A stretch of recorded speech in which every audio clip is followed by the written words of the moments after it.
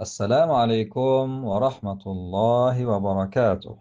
Firman Allah Subhanahu wa taala di dalam surah Maryam ayat yang ke-16. A'udzu billahi minasyaitonir rajim. Bismillahirrahmanirrahim. واذكر في الكتاب مريم إذ انتبذت من أهلها مكانا شرقيا. Artinya, dan sebutlah wahai Muhammad di dalam kitab ini tentang Maryam ketika dia mengasingkan diri daripada keluarganya ke suatu tempat di sebelah timur. Keterangan ayat. Allah Subhanahu wa taala memerintahkan Nabi Muhammad sallallahu alaihi wasallam supaya menyebut kisah Maryam alaihi salam sebagai pengajaran peringatan kepada manusia. Maryam AS memilih untuk mengasingkan diri daripada keluarganya bagi tujuan beribadah dan mendekatkan diri kepada Allah. Pengasingan diri itu berlaku di tempat yang tenang, menunjukkan suasana yang sesuai untuk ibadah, munajat dan penyucian jiwa.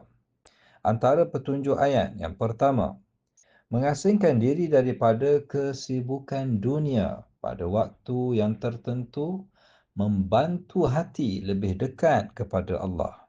Kedua, kisah orang yang saleh di dalam Al-Quran adalah panduan tarbiyah rohani bagi orang yang beriman sepanjang zaman.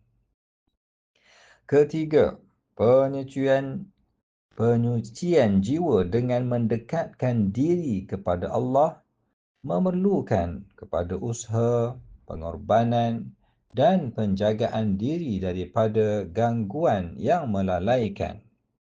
Kaedah beramal yang pertama, hendaklah kita meluangkan masa yang khusus untuk beribadah dan bermunajat kepada Allah tanpa gangguan dunia.